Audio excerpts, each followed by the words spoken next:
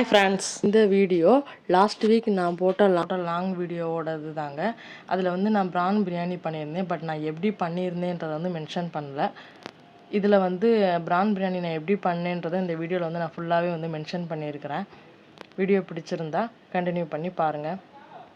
கொஞ்சமாக ஆயில் ஊற்றி பிரியாணி ஸ்பைசஸ்ஸு, அப்புறம் கட் பண்ணி வச்சுருந்த 2 பெரிய வெங்காயம், அப்புறம் மிளகா இதெல்லாம் நல்லா வதக்குனதுக்கப்புறமா வந்து 2 தக்காளி ஆட் பண்ணிக்கிட்டேன். நான் எப்போவுமே பிரியாணிக்கு வந்து தக்காளியே வந்து சேர்க்க மாட்டேன். இது வந்து ப்ரானுன்றதுனால வந்து நான் தயிர் எதுவுமே சேர்க்கலை. அதுக்காக வந்து இந்த டைம் வந்து தக்காளி சேர்த்துக்கிட்டேன். தக்காளி நல்லா வதங்கவும் இஞ்சி பூண்டு பேஸ்ட் போட்டுட்டு ஒரு கை நிறையா வந்து புதினா ஆட் பண்ணிக்கிட்டேன். புதினா போட்டதுக்கப்புறமா வந்து மசாலா ஐட்டம்ஸ்லாம் இது கூட வந்து ஆட் பண்ணணும். நான் வந்து காரம் ஜாஸ்தி எடுத்துக்கிற மாட்டோம். அதனால் வந்து 1/2 ஸ்பூனுக்கும் கம்மியாக தான் வந்து மிளகாத்தூள் எடுத்துக்கிட்டேன். 1/2 ஸ்பூனுக்கும் கம்மியாக வந்து கரம் மசாலா, 2 ஸ்பூன் மல்லித்தூள், 1/2 ஸ்பூன் வந்து மஞ்சள் தூள் எடுத்துக்கிட்டேன். மசாலாலாம் போட்டதுக்கப்புறமா வந்து க்ளீன் பண்ணி வச்சுருந்த பிரான்ஸையும் அது கூட போட்டு நல்லா வந்து வதக்கணும்.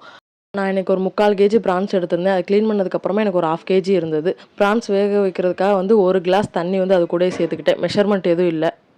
ப்ரான்ஸ் நல்லா குக் ஆகிற கேப்லேயே வந்து நான் ரைஸ் வந்து செப்பரேட்டாக வந்து வேக வச்சுட்டேன். 3/4 வாசி வெந்தால் போதும் ரைஸ் வந்து. ரைஸ் கூடயே வந்து ஏலக்காய், கிராம்பு, அப்புறம் கொஞ்சம் புதினா, கேசரி பவுடர் ஆட் பண்ணிக்கிட்டேன்.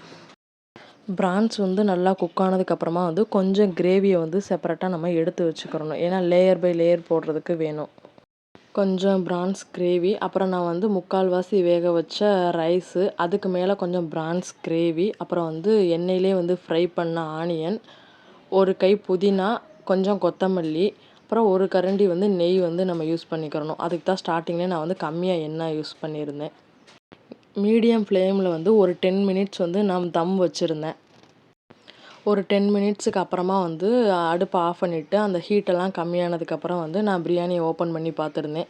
நம்ம ஊற்றின அந்த ப்ரான்ஸ் கிரேவி, ஊற்றின நெய் எல்லாமே வந்து அந்த ரைஸோடு நல்லா வந்து குக் ஆகி நல்லா வந்து ஒரு மாதிரி ஜூஸியாக இருந்தது சாப்பாடு வந்து பார்க்குறதுக்கே.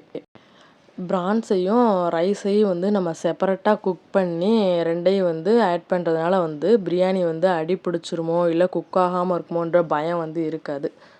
எனக்கு வந்து இந்த ப்ரான்ஸ் கூடவே வந்து தண்ணி ஊற்றி ரைஸ் வச்சு சேர்ந்து குக் பண்ணி தம் விட்டு பண்ணுற பிரியாணி வந்து நிஜமாகவே நான் பண்ண தெரியாதுங்க. நான் பண்ணதும் கிடையாது. இப்போ தான் நான் வந்து குக்கிங்கில் கொஞ்சம் கொஞ்சமாக ப்ரிப்பேர் பண்ணி டெவலப் ஆகிக்கிட்டே வர்றேன்.